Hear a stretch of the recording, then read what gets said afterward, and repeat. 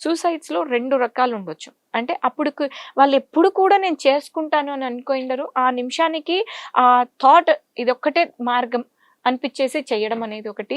ఇంకొకటి చేసుకోవాలి, చేసుకోవాలి. నేను ఈ ఇంట్లో ఉండలేను. నేనింకా హ్మ్. ఇట్లా ఏగలేను, ఇలా బతకలేను. బతకలేను అనేది ఒకటి. అంటే they will be waiting for opportunity కొంచెము. అంటే కొంతమంది మరీ ప్రీ ప్లాన్డ్‌గా ఇంట్లో ఎవరు లేని టైం చూసుకుంటారు. మెడిసిన్స్ అన్నీ కలెక్ట్ చేసి పెట్టుకుంటారు, వాటెవర్ దే వేసుకుంటారు, వాంట్ దే ఎవరికీ విల్ గెట్ చెప్పకుండా ప్రిపేర్డ్. ఉంటారు. కొ అది అది వాళ్ళది సీరియస్ ప్లానింగ్ అన్నమాట. హ్మ్. వాళ్ళలో సైకాట్రిక్ ఇష్యూస్ చానా అంటే లాంగ్ టర్మ్ ఉన్నట్టు. హ్మ్. ఈ ఇంపల్సివ్ వాళ్ళేమి అనంటే అది కొంచెం పర్సనాలిటీస్. అప్పుడు వాళ్ళకు అంటే may not have so much of you know depression ఇది కాకపోయినా పర్సనాలిటీస్ అది తట్టుకోలేక చేసుకునేటివి ఉంటాయన్నమాట. So it's they are increasing more and more in the society. Okay. So దీనికి రెసిలియన్స్ కావాలమ్మా. హ్మ్. ఓకే.